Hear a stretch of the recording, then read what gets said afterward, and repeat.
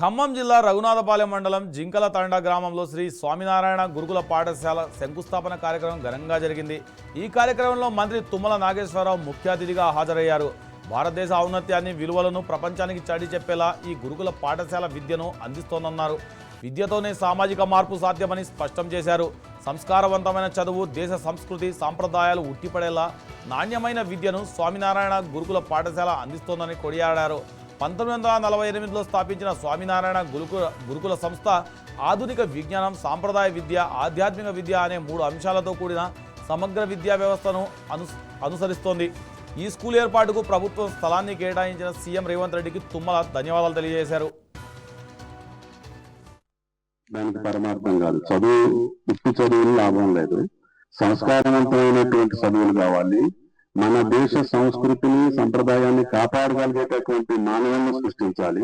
ఇప్పుడు స్వామీజీ గారు చెప్పినట్లుగా ఈనాడు జరిగేటటువంటి ప్రపంచంలో జరిగే సంఘటనలు కావచ్చు, దేశంలో జరిగే సంఘటనలు కావచ్చు, వాటికి విలువలు లేకపోవటం వలన, మానవ విలువలు నశించుకోవటం వలన మానవ సంప్రదాయాన్ని కూడా పక్కన పెట్టి అన్ని దుర్గణాలకి లోనై ఇటువంటి పాఠశాల ద్వారా వచ్చినటువంటి వాళ్ళిద్దరు కూడా మన జిల్లా వాళ్ళే ఆ స్కూల్లో చదువుతున్నారు.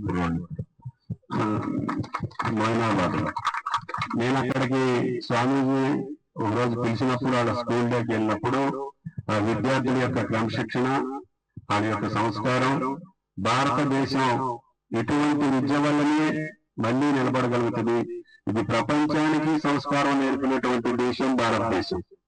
అటువంటి భారత సంస్కృతిని సంప్రదాయాన్ని ప్రపంచ దేశాలన్నీ ఆచరిస్తుంటే మన దేశ ప్రజలు విస్మరిస్తున్నారు.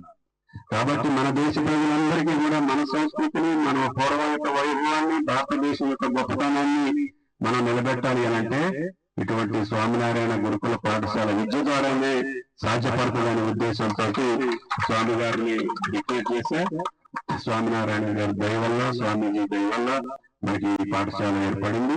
విద్య దానికి పరమార్థం కాదు, చదువు